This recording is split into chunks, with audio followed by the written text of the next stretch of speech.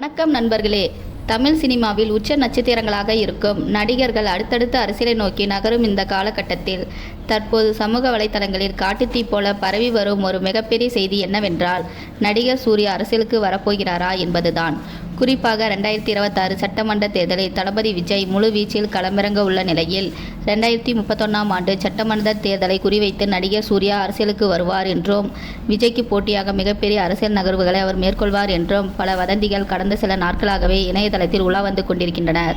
இந்த செய்திகள் ரசிகர் மத்தியிலும் பொதுமக்கள் இடையிலும் மிகப்பெரிய விவாதத்தை ஏற்படுத்திய நிலையில், இதுகுறித்து அகில இந்திய சூர்யா தலைமை நற்பணி இயக்கம் தற்போது ஒரு மிக முக்கியமான அதிகாரப்பூர்வ விளக்கத்தை கொடுத்துள்ளது.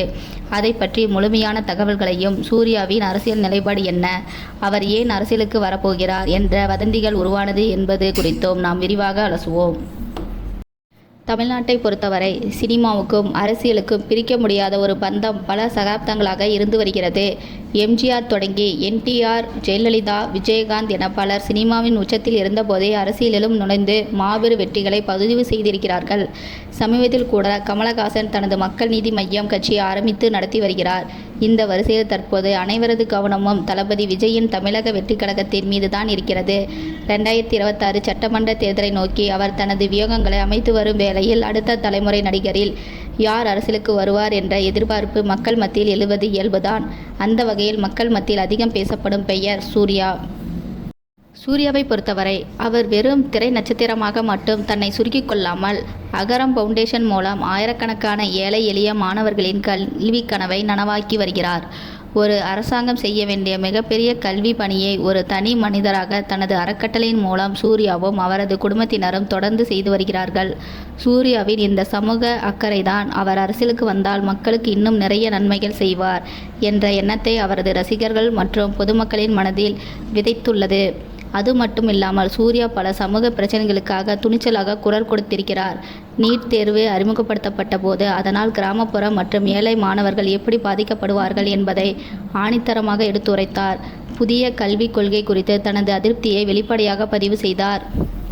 இப்படி மாணவர்களின் கல்வி உரிமைக்காகவும் சமூக நீதிக்காகவும் அவர் பேசும் ஒவ்வொரு வார்த்தையும் அரசியல் தலைவர்களின் பேச்சுகளுக்கு இணையான தாக்கத்தை ஏற்படுத்தியது. இதனால் அவர் நிச்சயம் எதிர்காலத்தில் அரசியலுக்கு வருவார். அதற்கான அடித்தளத்தை தான் அவர் அகரம் ஃபவுண்டேஷன் மூலமாக அமைத்து வருகிறார் என்று பல அரசியல் விமர்சகர்கள் கூட கணித்திருந்தனர். இந்த சூழலில்தான் விஜயின் அரசியல் வருகை உறுதியான பின்பு சூர்யாவின் ரசிகர்கள் அவரை அரசியலுக்கு வர சொல்லி சமூக வலைதளங்களில் கோரிக்கைகளை வைக்க தொடங்கினர்.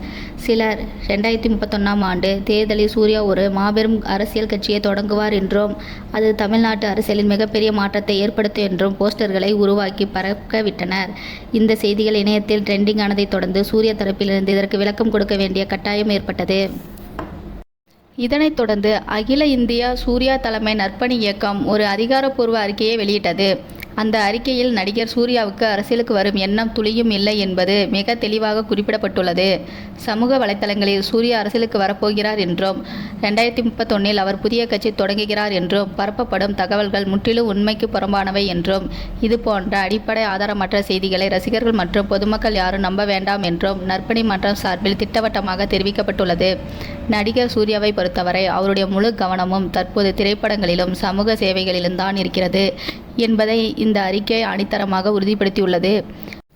சூர்யாவின் இந்த முடிவு பலருக்கும் ஒரு தெளிவை கொடுத்துள்ளது. எல்லா நடிகர்களும் அரசியலுக்கு வர வேண்டும் என்ற அவசியம் இல்லை. பதவியிலோ அல்லது அரசியலிலோ இல்லாமலேயே ஒருவரால் சமூகத்திற்கு மிகப்பெரிய மாற்றத்தை உருவாக்க முடியும் என்பதற்கு சூர்யா ஒரு சிறந்த உதாரணம். அவர் செய்யும் கல்வி பணி என்பது எந்த ஒரு அரசியல் லாபத்தை எதிர்பார்த்து செய்யப்படுவதல்ல. அது முற்றிலும் சமூகத்தின் மீதான அவரது உண்மையான அக்கறையின் வெளிப்பாடு.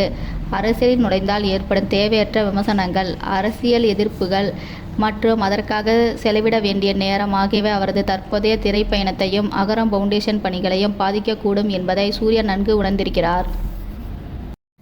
எனவே வதந்திகளுக்கு முற்றுப்புள்ளி வைக்கும் விதமாக தான் ஒருபோதும் அரசியலுக்கு வரப்போவதில்லை என்பதை தனது நற்பணி இயக்கம் மூலம் அவர் அதிகாரப்பூர்வமாக அறிவித்துள்ளார். ஆகவே 2031இல் விஜய்க்கு போட்டியாக சூர்யா அரசியலுக்கு வருவார் என்று கூறப்படும் தகவல்கள் வெறும் கற்பனையே தவிர அதில் எவ்வித உண்மையும் இல்லை என்பது தெளிவாகிறது. சூர்யா தொடர்ந்து தனது சிறப்பான நடிப்பின் மூலம் திரையிலும் அகரம் மூலம் நிஜ வாழ்விலும் மக்களின் நாயகனாக வலம் வருவார் என்பதை மட்டுமே நாம் உறுதியாக நம்பலாம்.